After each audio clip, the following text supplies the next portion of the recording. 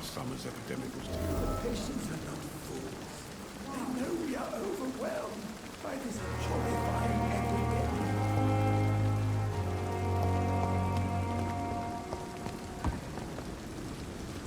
Good evening, Milton. Good evening, Doctor. Still trying to save lives?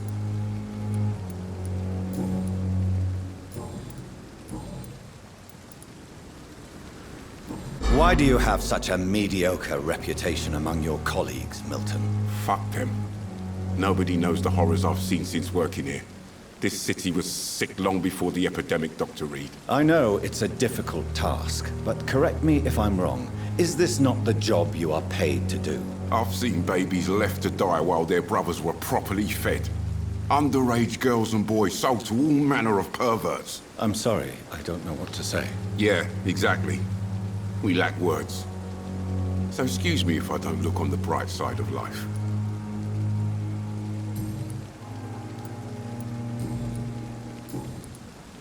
I'd like to see your goods. Wise choice, Doc.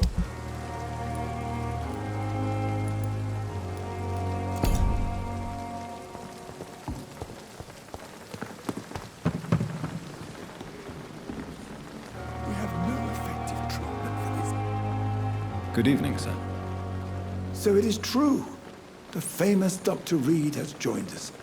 I can't think of any better news during these terrible times. Do we know each other? Actually, yes. We met once before, at the Rockefeller University in New York. Dr. Tippett, yes, I remember. I was assisting Professor Carell in his research about coronary bypasses. He had nothing but praise for you. He was also very confident about your future. And look at you now.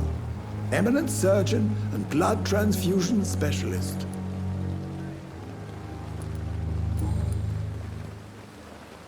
What is the Pembroke Hospital situation? And please, speak freely. This hospital is not exactly the best of London. I'm sure you are used to working in a better environment.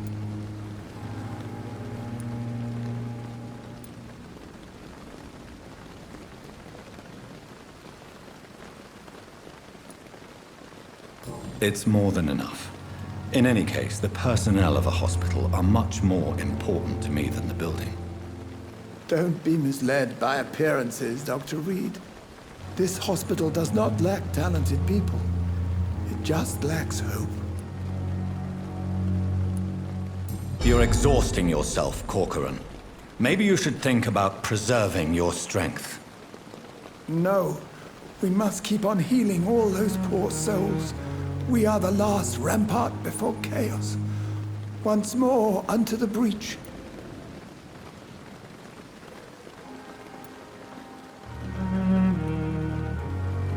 Nurse Brannigan is worried about you, Doctor. She should not have told you that. I will have a word with her. You don't have to blame her for her honesty. I'm not that kind of man, my dear Jonathan. Actually, Nurse Brannigan's opinion is the only one I may listen to. What can you tell me about the staff in the hospital? Some are really good, and others are not so good. But during this troubled period, there is no time for slander. I prefer to focus on the positive character traits. Tell me more about cherished people, then. Nurse Brannigan is a pearl. She is the most helpful and dedicated nurse I've ever worked with. A clever and cheerful woman. You really seem to admire her skills.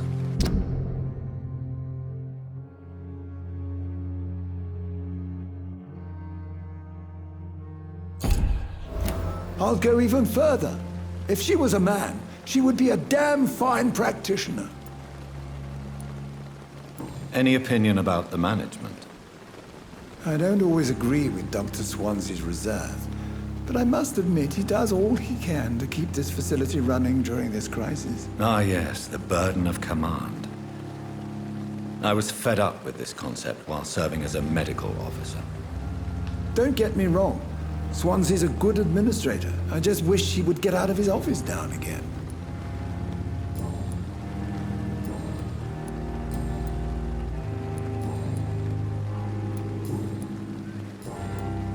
Goodbye, Dr. Tippett.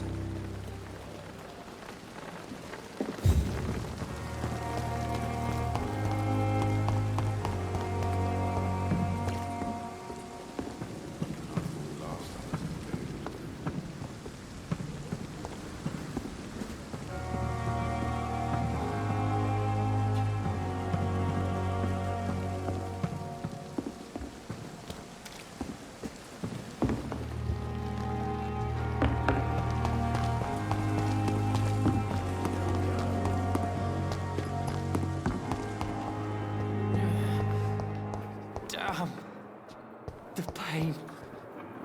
It's here again.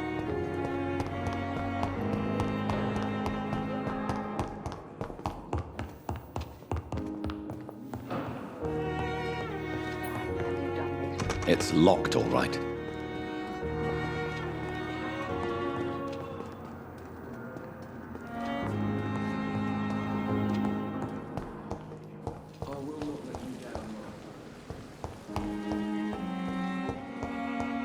So many deaths. And still more coming. How can we be sure we're making a difference?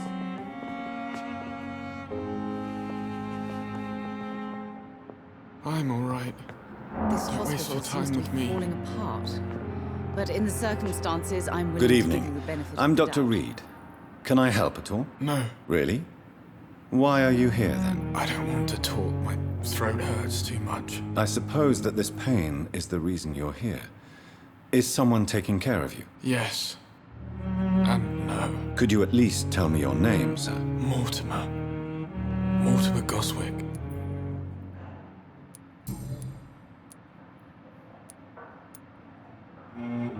How painful. So painful I'd rather not talk. This hospital seems to be falling apart. But in the circumstances... I'm sure you realize a doctor and his patient have to communicate, sir. Would it help if I gave you some paper and a pen? Not really. I see. Then maybe it's not just your throat that hurts, Mr. Goswick.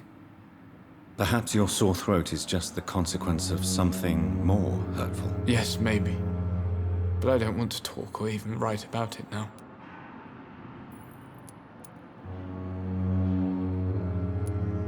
How painful. So painful I'd rather... Why did your mother have you hospitalized here? She seems convinced this is a bad hospital. My mother just wants the best for me. She won't rest while I'm here. She'd go all the way to hell and back to help me.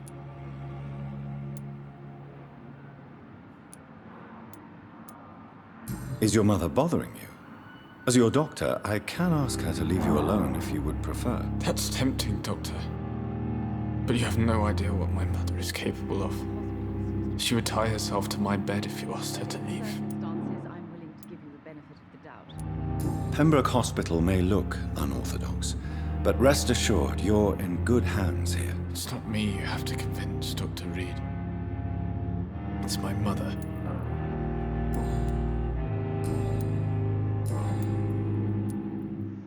Tell me about yourself, Mr. Goswick. I don't want to talk, Doctor. This hospital seems to be falling apart. But in the circumstances, I'm willing to give you... How painful. So painful I'll let you get some rest then. I'm all right. Don't waste your time with me. Good evening, Doctor.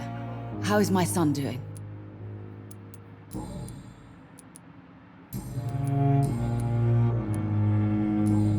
Goodbye, Mrs. Goswick. Good evening, Doctor. Goodbye, Mrs. Goswick. Good evening, sir. Doctor. What can I do for you, Doctor?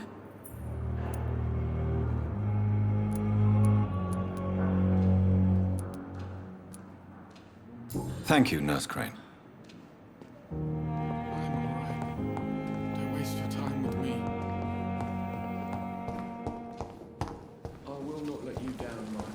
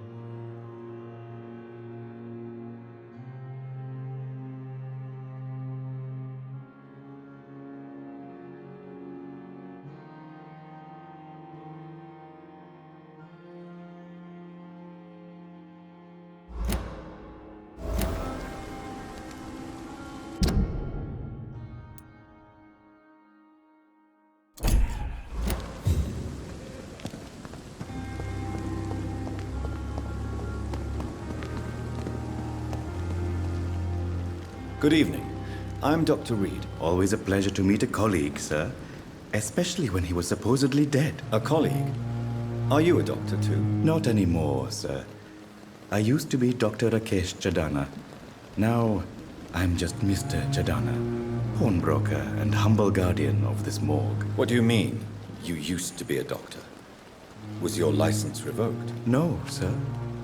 It is just that I like to be precise. I run a little pawn shop while taking care of the dead. But I used to be a real doctor.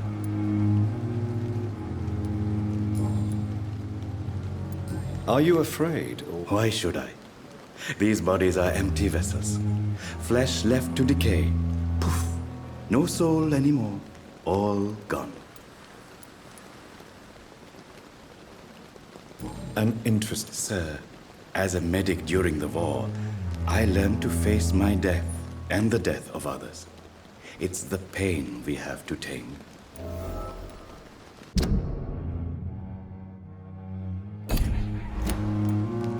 How did you get... After I left the army, I worked as an undertaker down by the docks. A dangerous place with many an unpleasant business there. Milton Hooks helped me get a job here. Do you work here? Yes, very easy work, sir. All I have to do is watch a few bodies. The situation was very different when the main morgue was still open. Why close the hospital's main morgue? It was for sanitary reasons after the beginning of the epidemic. Cadavers had to be moved to the nearest mass grave. Why do you have to watch these bodies? Because these poor fellows have no names. We keep them in case someone comes looking for the missing. Sadly, very rarely happens. Have we met before? I don't think so, sir. Why? When we first talked, you said you were glad to meet me since I was reported dead. Funny story, sir. Your sister came here a few nights ago. You were missing, and she was looking for your body. She must be very relieved now.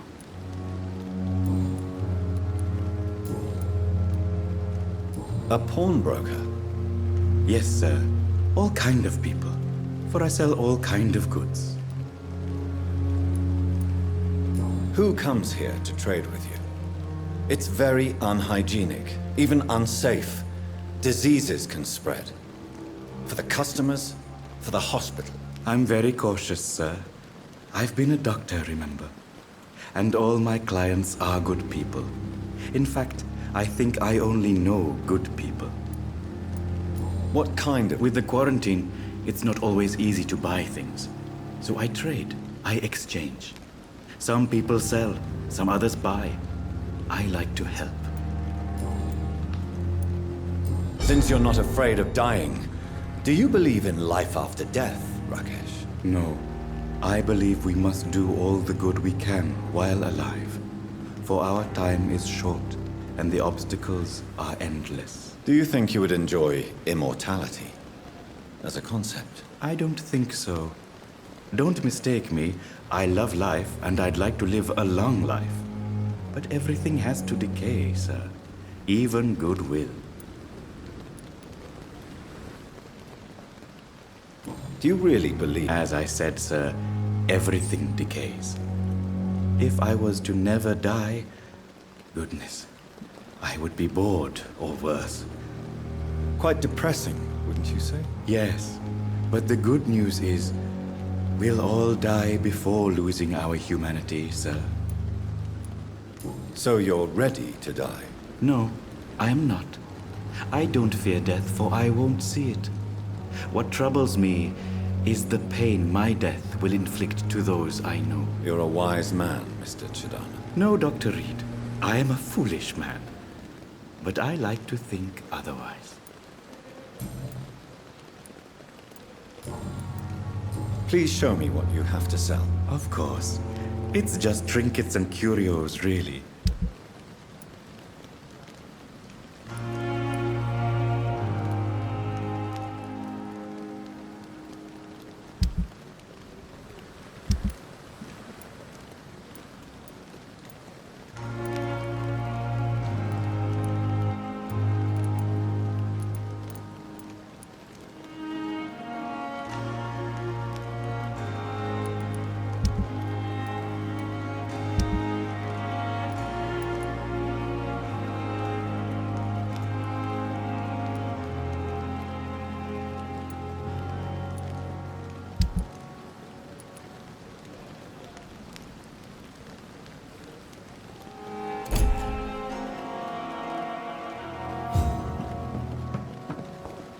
It's locked, all right.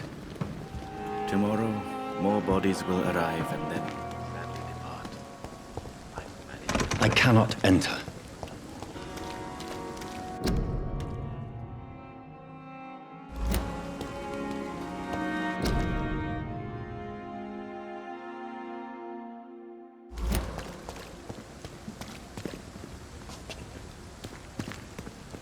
It never ceases to amaze me how.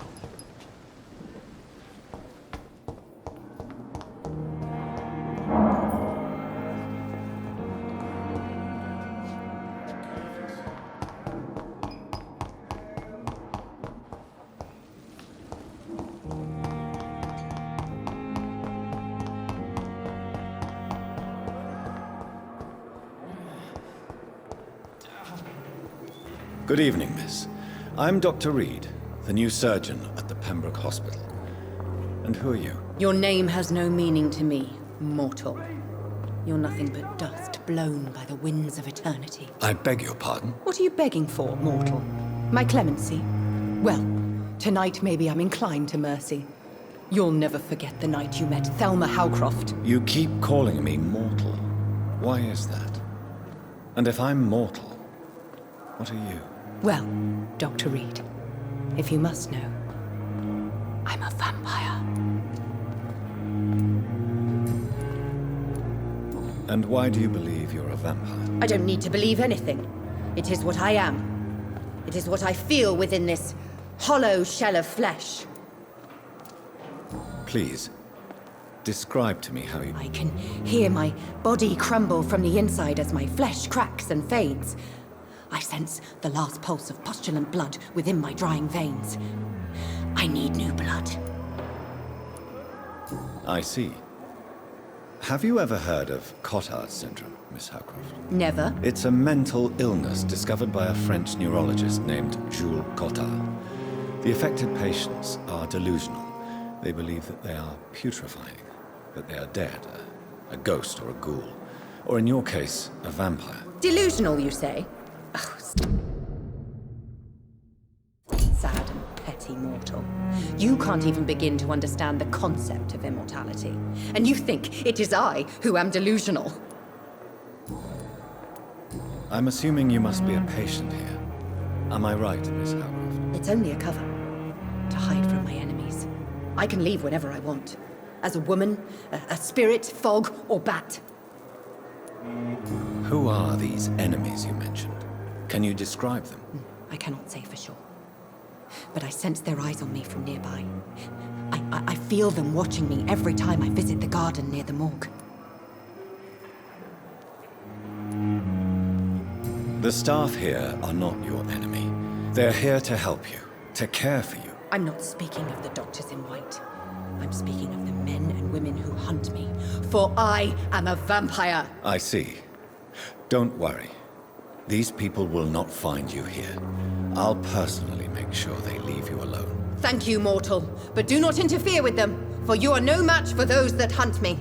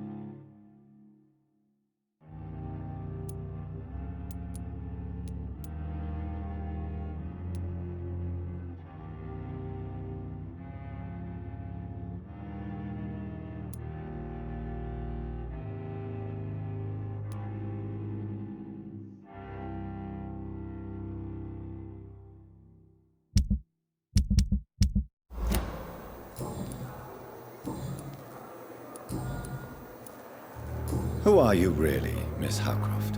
I mean, apart from being a vampire. Is that not enough for you, puny mortal? What do you require? Proof of my powers? I'm curious to know who you were before becoming a vampire. No, it was such a long time ago, I don't remember. Centuries of unholy life can have strange effects on one's minds, you see? I'll leave you, Mistress of the Dark.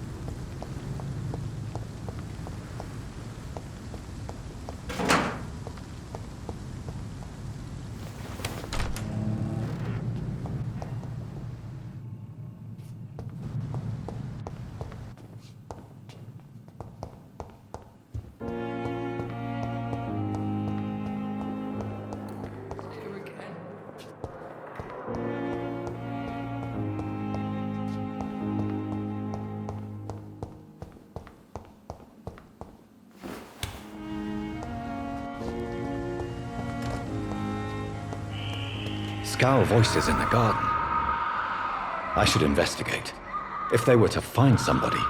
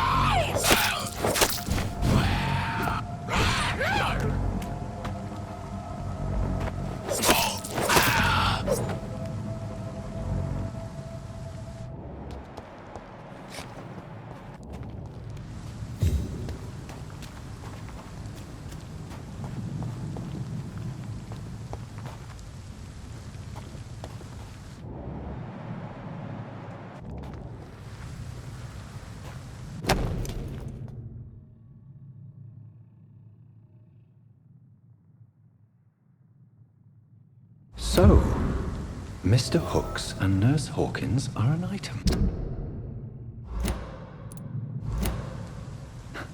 Those two have hidden their affections well.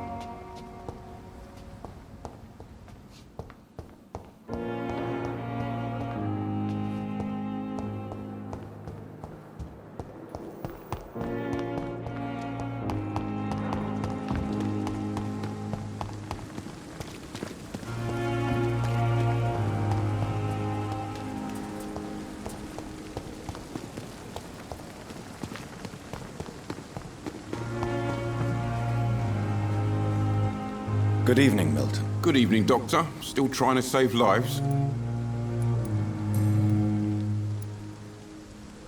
Tell me why you're extorting money from some of the patients here. If a patient wants a bed, he'll have to pay me a little fee. That's all. Where did you get the idea for such an immoral scam? Funny you should ask.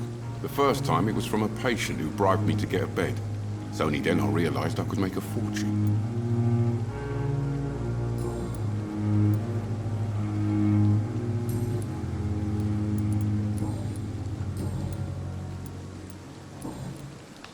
I have some good news, Milton. What? The epidemic's over? I retrieved your wallet with all the money and a certain picture. Well, yeah, Pippa Hawkins is my girl. So what? Is it the difference of skin color that bothers you? Not at all, Milton. Good. Please, take this money anyway. To remind you to keep your mouth shut. Not everybody is as broad-minded as you, Dr. Reed.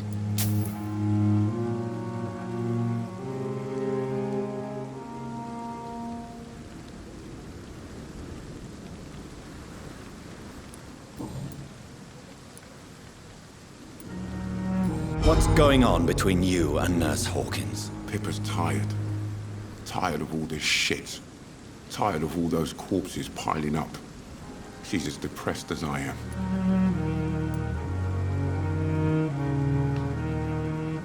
During the war, I witnessed a few couples just like you come together in difficult circumstances.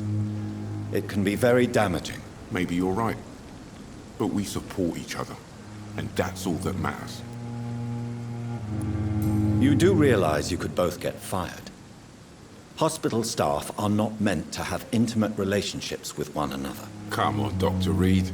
Do you know how many rules are broken in this hospital every day just to keep it running? There's nothing wrong with what we're doing.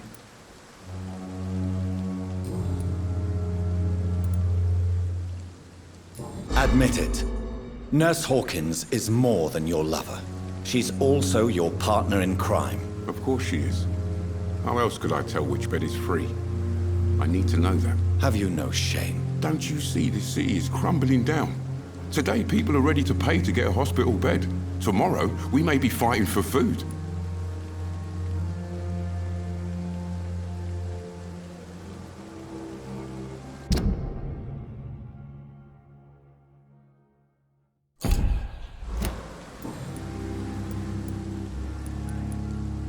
I'd like to see your... Wise choice.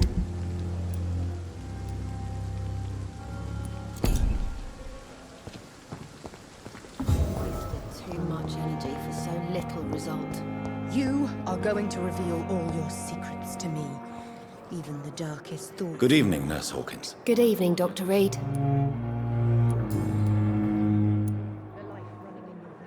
Pippa, I know you're very close to Milton Hooks. Yes?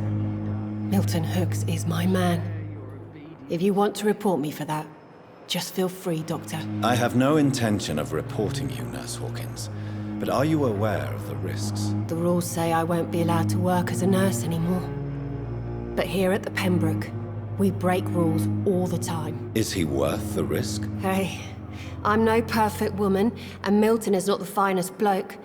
But we do our best to get by. That's all any of us can hope for nowadays.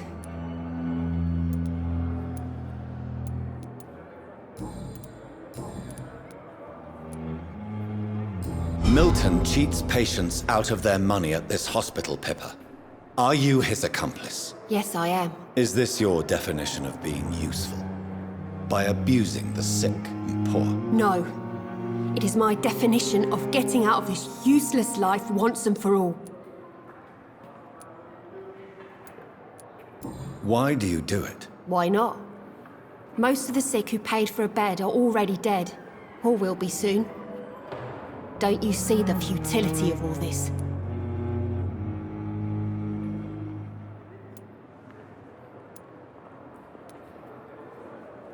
In your position, I would suggest a more elaborate defense. Cynicism will not save you. This isn't cynicism, it's realism. You still need me, Dr. Reed, and you know it.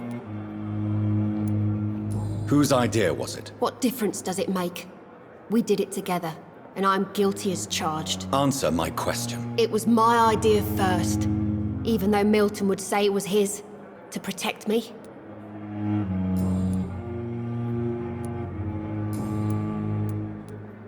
Goodbye, Nurse Hawkins.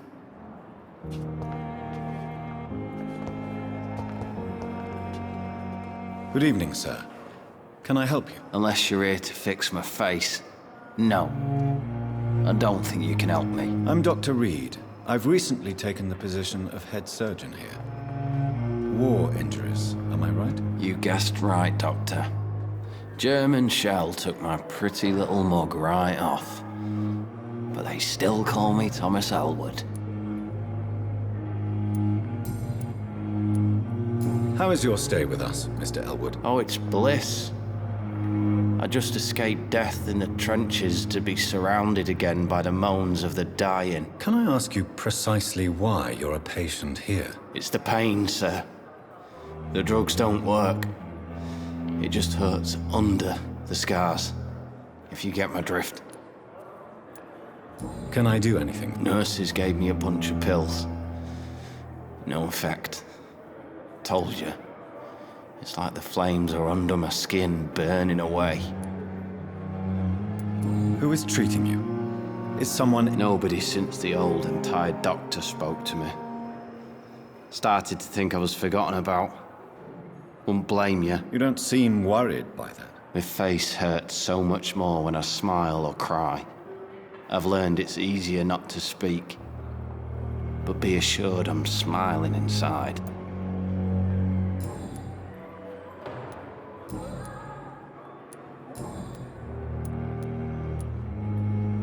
Where were you stationed, sir? I really don't want to talk about all this shit. No offense. I was pushing too much. I served in France myself. I just wanted to know what happened to you. You were an officer, weren't you? Then I doubt we fought the same war, sir. No offense. How close are you to Miss Hawcroft? Are you aware that she thinks she is a vampire? To wait for her next nibble is the best reason to stay here. Every time she approaches my bed, she treats me like something tasty. A normal person. Aren't you afraid? She may hurt you if the game goes too far. She's quite harmless, I can assure you. Her head's broken inside is all. While I'm busted on the outside. but she's still beautiful. Living proof that there's hope for me.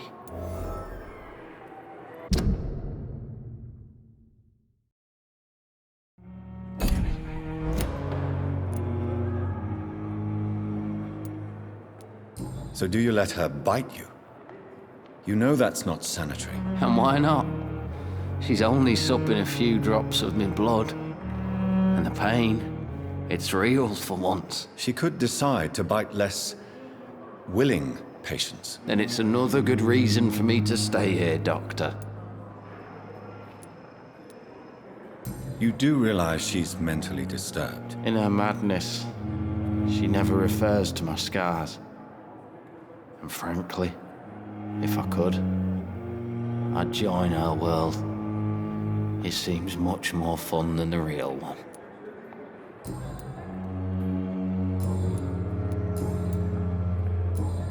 Goodbye for now, Mr.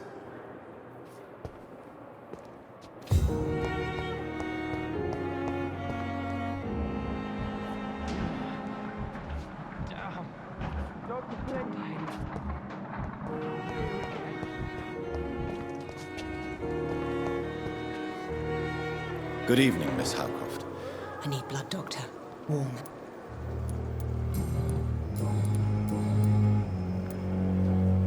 Tell me, Thelma, why do you feel... I'm not sure, Doctor. I think we have a bond of some sort. We've both suffered so much. He's the only mortal I find interesting. Do you plan to make him a vampire too? Of course not. How could I inflict my curse on anybody else? I'm not that cruel, Doctor. Would you say you and Mr. Elwood are romantically involved? No. No, Thomas is a delicate soul. Even though he disguises it. But I am not the woman he needs. No, for I am a vampire, Doctor.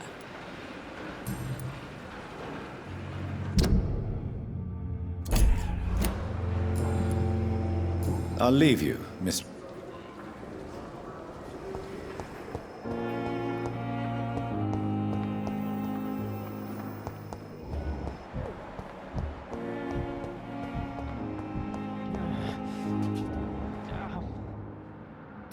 Good evening, Mr. Hampton. How do you feel? Dr. Reed, is it? Oh, sir, I must apologize for my behavior. What do you mean? I was not myself in the factory. Fear and exhaustion made me say awful things to you, I'm afraid. You remained perfectly nice and polite. A little delirious, perhaps. But who wouldn't be after... Thank you, Doctor. That's a relief.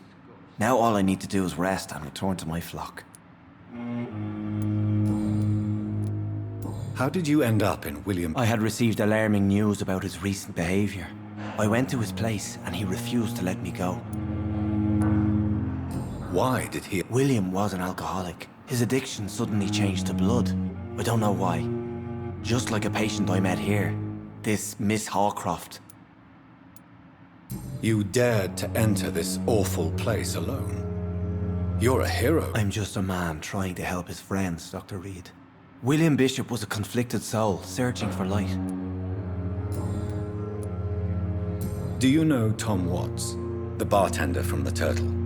I met him before I found you in the canning factory. Tom? Yes, of course. Always the helping hand, good old Tom. Without men like him, corruption and despair would have wiped out the East End long ago. People are still in despair. How could it be otherwise? The authorities have left us all to rot in this contagious nightmare. No drugs, no advice, nothing. It's a damn shame. Who should I avoid in this part of town, then? Any particularly evil figures? Not really. Most men and women are just doing their best. And it's not my habit to speak ill of people I know, Doctor. What is the general situation in the East End docks? The situation has always been tough, with a lot of tensions between the gangs and the dockers' trade union. The Wet Boot Boys are very nervous since they lost their leader. Who leads the gang now? Since Clay Cox went missing, it's his wife Edwina who runs the show, with the assistance of her minion, Booth Digby. Has the gang been threatening you? Ah, no. I've had this nickname for so long. You know, the sad saint of the East End. No one dares to bug a saint, not even criminals.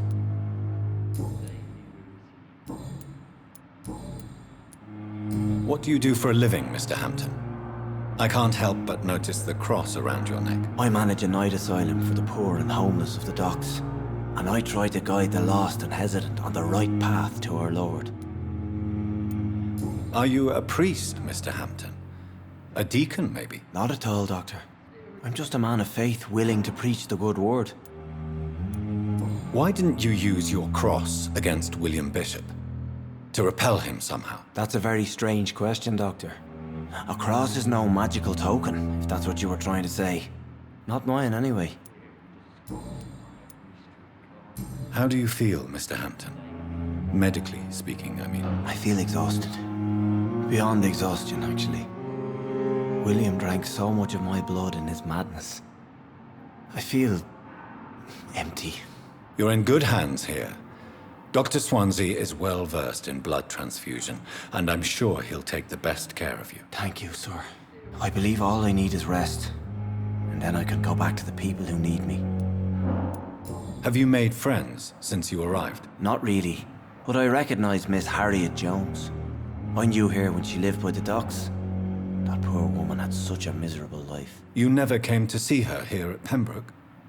Receiving visits when sick can be an important part of the healing process, you know. We're not just bodies. You're preaching to the converted now, Doctor. To be truly honest, I thought she was dead. She left the docks many months ago.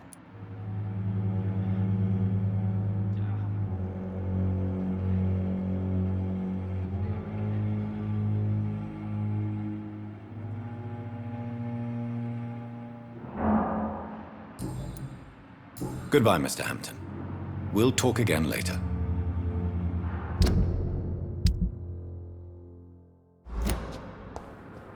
Fear and disgust on every...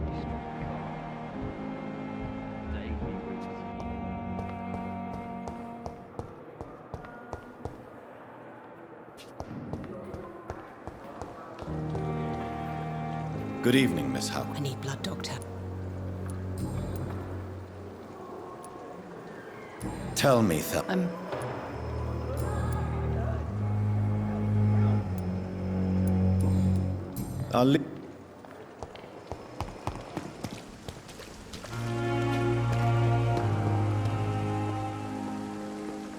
Good evening, Doctor. Dr. Reed.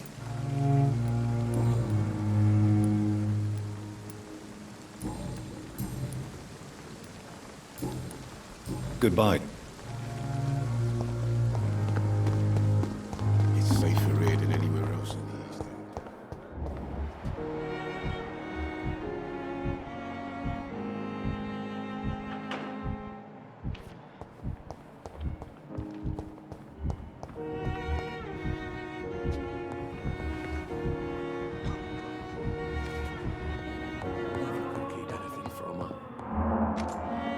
Good evening, Doctor.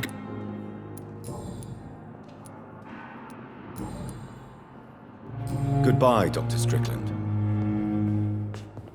Good evening, sir.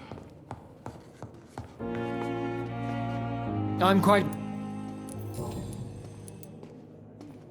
Tell me, Waverley, what do you think of Dr. Strickland's enthusiasm for his experimental research? Strickland is playing with his patients' lives for pride and glory. Now that, sir, is unethical. Are you thinking about something in particular? Harvey Fiddick needs delicate surgery. I believe we should stick to the usual procedure, but my young colleague obviously disagrees.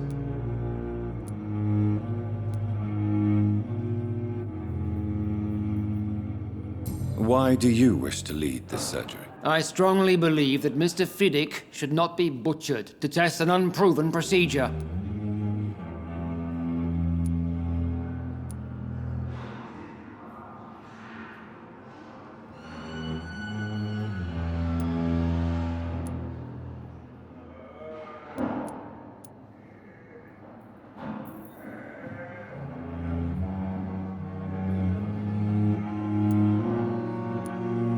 Other people may say that's too conservative a point of view. Conservative?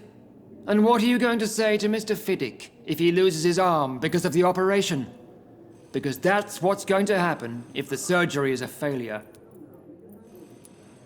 And are you not afraid that your rivalry with Strickland may be blinding you? Rivalry? I guess you could call it that. But I will never be childish enough to let my personal feelings affect my judgment.